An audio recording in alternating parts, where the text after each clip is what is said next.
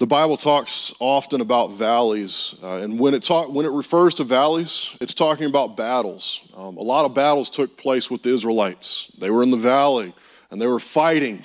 A lot of battles take place, but when it refers to valleys, it also talks about dry spells. You ever been in a spell in your life where you just feel like nobody cares? You feel like you're doing life by yourself?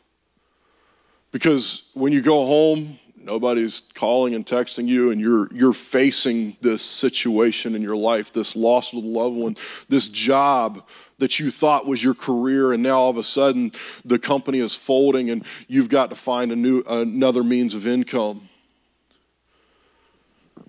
But loneliness, dry spells, seasons of desperation.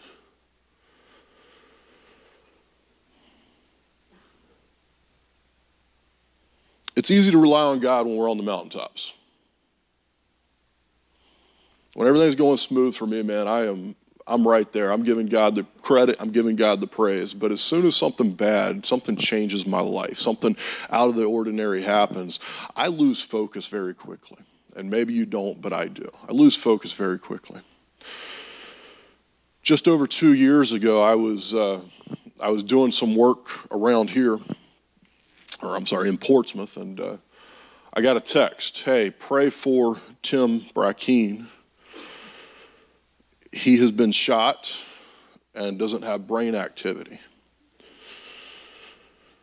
To give you a little bit of background on Tim Brackeen, I worked at a camp through summers for 4 years straight, and Tim Brackeen worked at this camp. His stepdad owned the camp, and Tim Brackeen lived really close to the property, and so I became very close to Tim over the time. We did a lot of projects together. As a matter of fact, I got to speak at the camp this past summer, and when I was there, he and I had worked on a carpet ball table, a game, and at the end of it, I remember, this was about 8 years back, more than that, 12 years back, I'm getting old. But we had worked on a carpet ball table, and at the end, he had a wood burning kit, and he said, should I burn our initials in? I was like, no, man, just burn yours in. And so when I went back this year, I was able to take a picture of this carpet ball table. But Tim Brackeen was a close friend to me. Tim Brackeen was as redneck as they come. Tim Brackeen built potato gun. I think I can say this. It's okay, right? But he built a potato gun. I'll get offering later. He built a potato gun that used a car battery to launch the potatoes, right? Everything he did was big. It was above and beyond. And he could do anything. But Tim and I became very close, and as a matter of fact, I moved to Ohio, and I had a couple situations while I was in Ohio where I didn't know what to do. I had to talk to individuals who were struggling with alcohol, struggling with drugs, and when I would come into those situations, I would call my friend and say, Tim, hey man, I just need some advice. How should I handle this? I'm getting ready to walk into, and he'd give me points. I got a text, and it said, pray for Tim. He's been shot in the head and there's no brain activity. And so over the next couple of days, I started praying. But this really shook me. Now, I don't want to make anything that I say today about me, because we have our struggles in our family, we have our struggles in our lives, but I want to make sure that when I talk, I'm talking as a we, because we are family. But as Tim was fighting for his life, and I was interacting with the family, I was amazed at the time of how the family responded to this. But here's what I know about myself. As I was praying for Tim and I was getting to know him, as I was driving around town here, and he lived outside of Charlotte.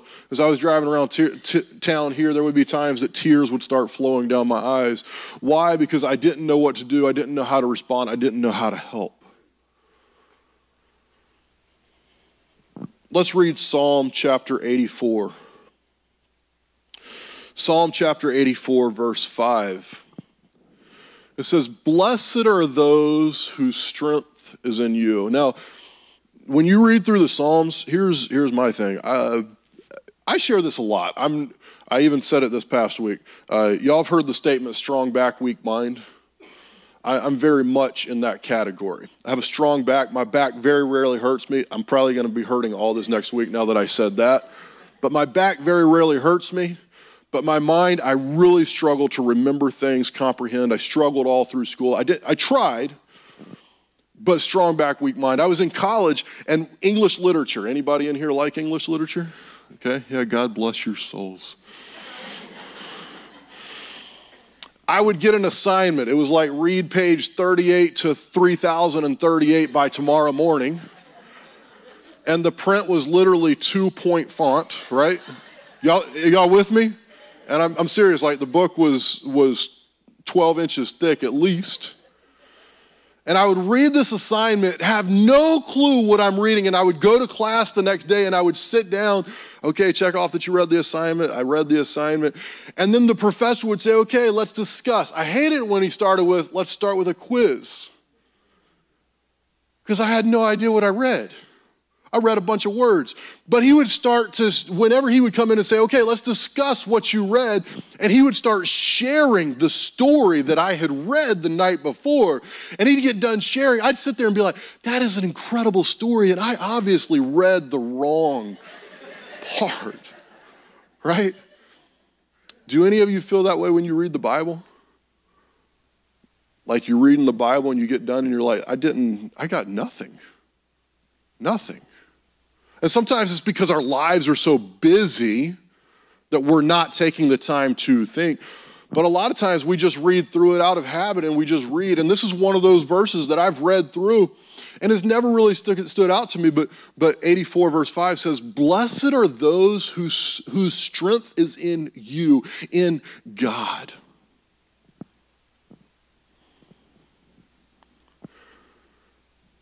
You know, our problem a lot of times is that our strength is simply in ourselves.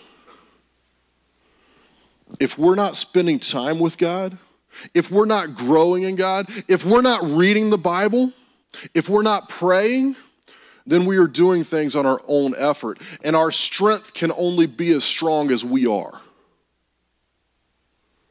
And when struggles come, when situations come, that's not very strong.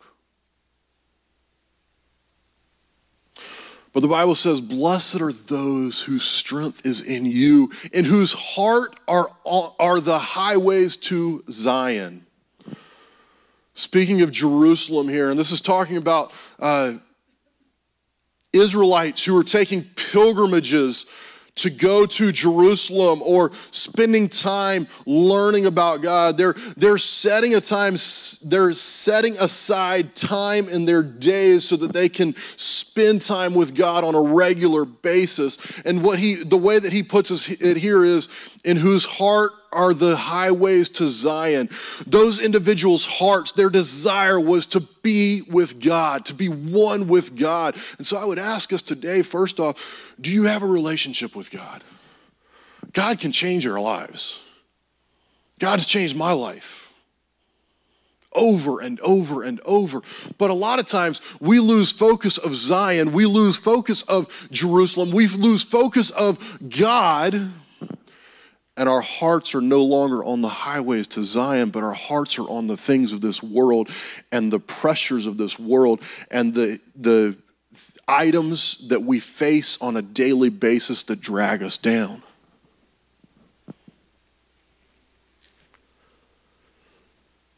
Blessed are those whose strength is found in you. Okay, so I'm a landscaper. That's the thing that I don't know why, but I'm okay at landscaping. I can cut grass, right? That's something to brag about.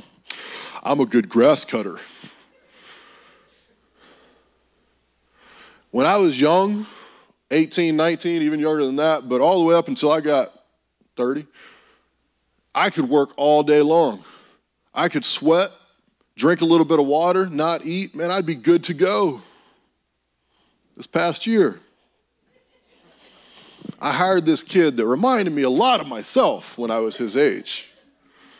And we had this one yard in particular that we did a cleanup. And for those of you who you like having a lot of flower beds, like all the way around your driveway, and then all the way around your house, and then in front of the road, then you go to the backyard and it's all around the house, And then all the way around yeah, that was the yard that we were working on. And this individual obviously loved their plants, but they didn't love the upkeep. And so years had gone by, so we went in and started working. We're talking like 95-degree day with the heat index over 100. I don't eat when I work. It's just something that I've always done. About 4 o'clock in the afternoon, I was done. I was finished. This little kid was working with me. He's still raring to go. And literally, there was one time I'd be like, all right, man, let's go take a 5-minute break. I didn't want to let him know that I was struggling, but let's go take a 5-minute break. And we went and sat on the front porch. And he sat with his water bottle, and I sat with my water jug, and I laid down. And 5 minutes was up, and I was like, all right, man, go fill the wheelbarrow with mulch. I'm going to be right there. And 20 minutes later, I'm dragging myself up. But I hired that kid, and what he showed me that day was that at this stage in his life, I'm probably stronger than him. I got to at least keep that, right? But he had more strength, sustained strength that could last throughout the day. And that reminds me of God. Even more so than this little teenage helper that I hired, God has a sustained strength that will last us throughout our life. But yet we continue to try to starve our bodies. We go all day without eating. We neglect water. We neglect the nutrients that we need for our spiritual life. And then whenever we have a tough situation, we start, God, where were you? Being a Christian, does it mean that we are going to have easy lives? No, not at all. Not at all. But we should have a hope. We should have a strength. Let's continue reading. Verse 6 and 7 says, as they go through the valley of Baca, they make it a place of springs. The valley of Baca, valley of tears, they make it a place of springs. The early rain also covers it with pools. I told you that valleys in the Bible are referred to as bad times in individuals' lives. Typically, when you talk about a valley in the Bible, it's not talking about a great time, a great experience. It's talking about sad times. And so the Bible tells us, as they go through the valley of Baca, they make it a place of springs.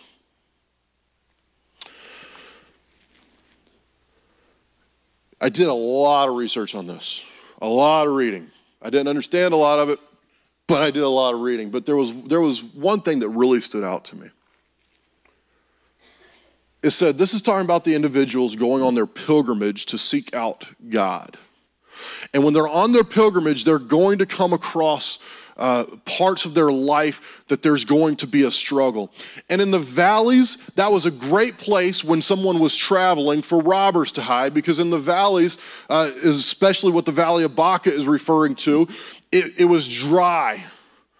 Nowhere to get water, nowhere to get food, and long sustained walks to the point that you were exhausted by the time you got across the valley. And so robbers would hang out at the edge of the valley, and that's when they would attack their individuals and rob them. And so imagine yourself walking through a valley, and you're becoming more and more tired each and every step.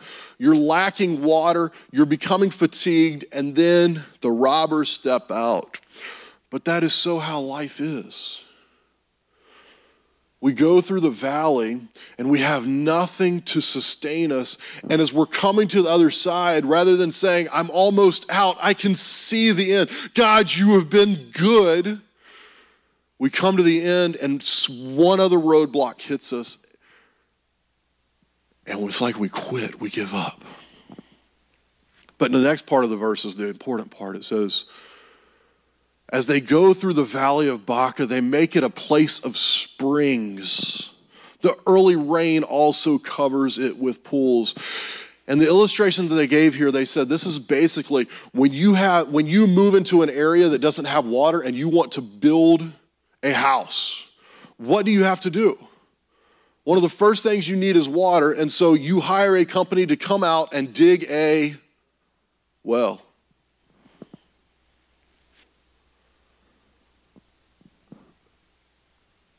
In my life, this is true, but my problem is I try to fill up a little kiddie pool with my reserve for what I've learned from God. And when it gets hot, that kiddie pool, man, it heats up instantly.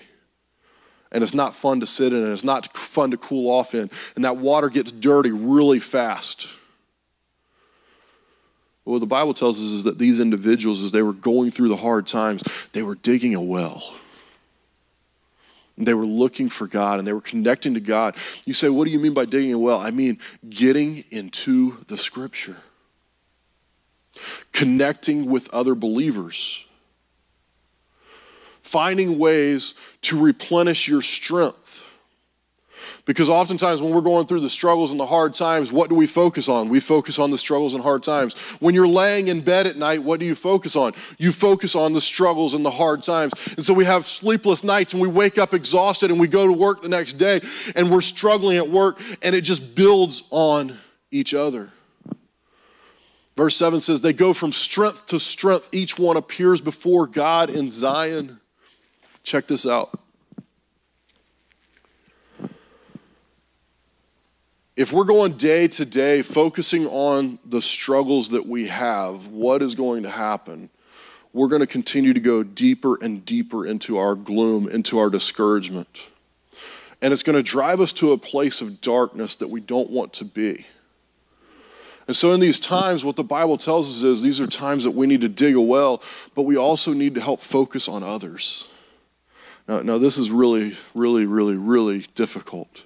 When you're going through a hard time, it's hard to look at somebody else and say, hey, I'm praying for you. I had a time in one of my ministries where I called my dad. My dad is an incredible Christian counselor. And I was like, Dad, I'm just done. Dad, I'm tired, I'm exhausted. And so I started laying out every problem that was going on in my life. My dad listened. And at the end of me sharing all of these details, and I thought I had gotten him to the point where he was like, man, Kevin, nobody's ever had it this rough before.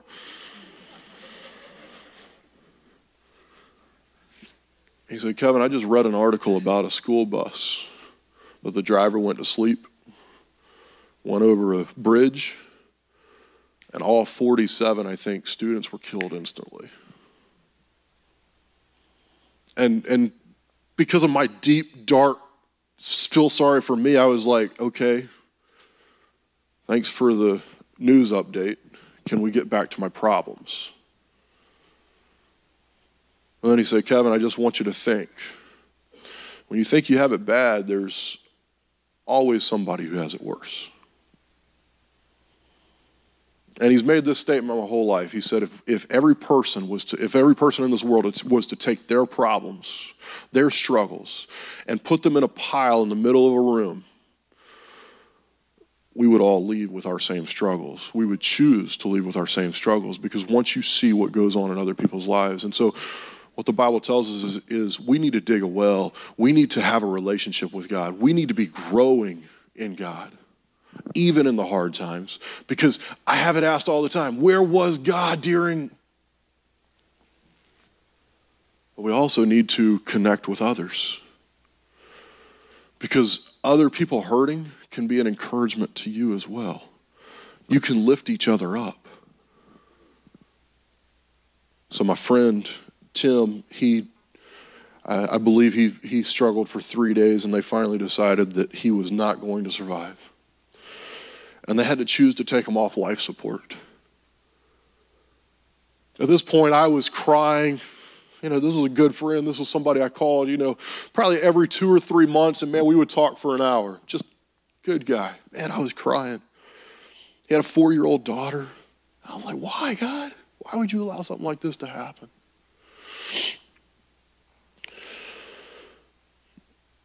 Where the accident took place is directly across the street from a church. And at this church is where his brother is the youth pastor. And so we went to attend the funeral, and we pulled up. This house had balloons and in remembrance of flowers in the yard. And as we're walking into the church where his brother is the youth pastor, and his brother has to be reminded on a daily basis that his brother was shot and killed directly across the street from where he works. And I walked in and I found his brother. I gave his brother Stephen a big hug. And his brother Stephen had reached out to me on Facebook along with some other pastors and said, I'd like for y'all to pray with me before the ceremony. And so we went into a room with myself and about 30 other pastors, and we prayed for Stephen. Now here's what you have to know. Thousands, and when I say thousands, I literally mean thousands of individuals came from all over the country to be a part of this funeral. Police officers were there, medics were there. The entire town closed down, and they had to use a baseball stadium to fit everyone in. And even then, there were people standing around the outside. But Tim's brother Stephen had to lead the ceremony and had to present the gospel. And I'm watching Stephen and saying, his brother has been killed directly across the street from where he works. I'm watching Stephen's family. Stephen's dad is a missionary in another country. And his dad, even on the news, shortly after Tim passed away, made the statement, I forgive the individual who did this, and I would love to have the opportunity to sit and talk with him. Stephen, Tim's brother, got up and delivered a message to thousands of individuals about God's goodness and God's grace during probably one of the darkest times in his life.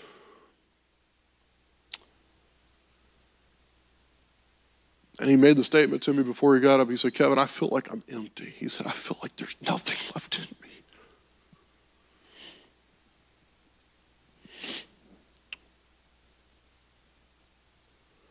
Let's read Psalm chapter 139, verses 7 through 10, and this is an encouragement to us.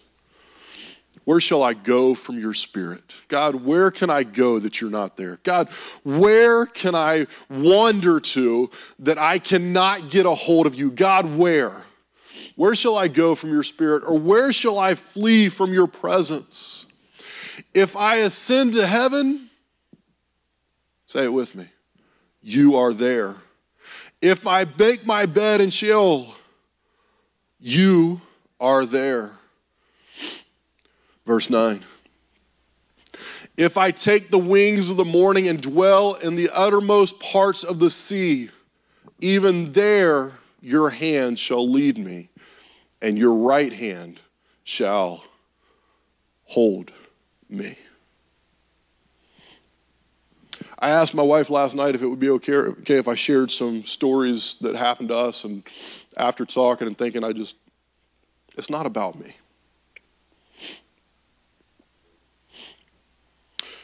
Your struggle is not my struggle.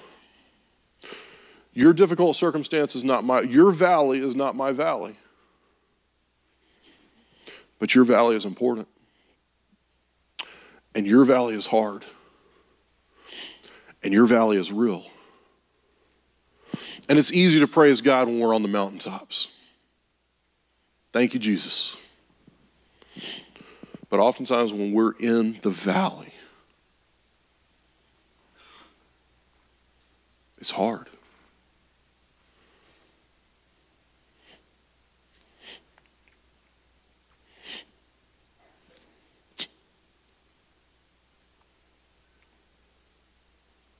My understanding is that Tim's father had the opportunity to meet with the individual who killed his son.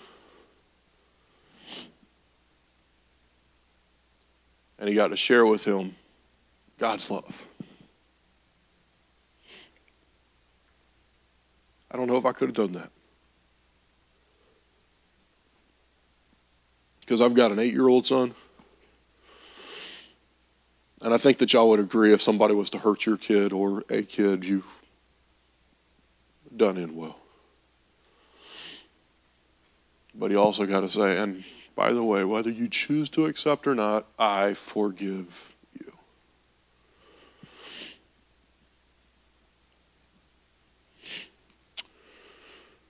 We have Life Track here at Restore Church. Life Track is your next step. If you're here for the first time and you're kind of wondering how to get tied in and involved, Life Track is your next step. We have a new one starting in January, but today I was able to be a part of 101.